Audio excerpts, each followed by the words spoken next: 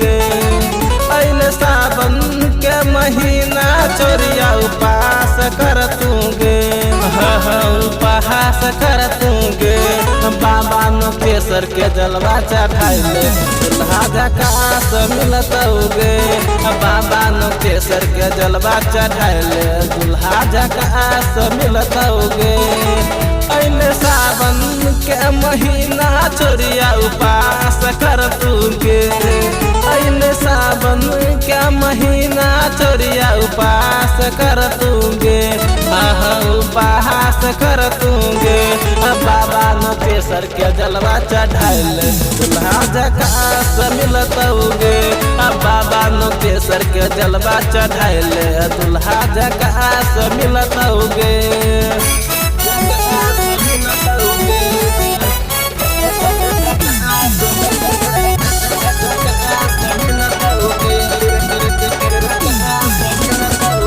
सावन के पहिला चोरी करिया तू बरात गे। बाबा के जलवा चढ़ाइले मिलतो निमन बर गे। सावन के पहिला चोरी करिया तू बरात गे। बाबा के जलवा चढ़ाइले मिलतो निमन बर गे। हंस खेलत तो हर जिंदगी चौरी खेल जैतोगे।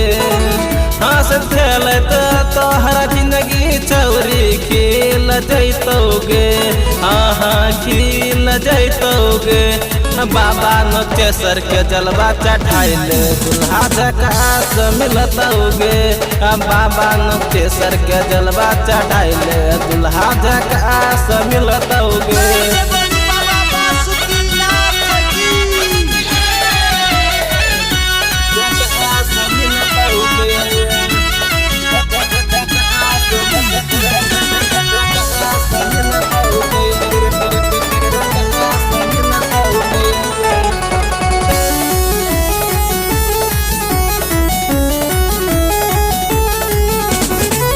करके उपास छोरी गई है बाबा के द्वार गे।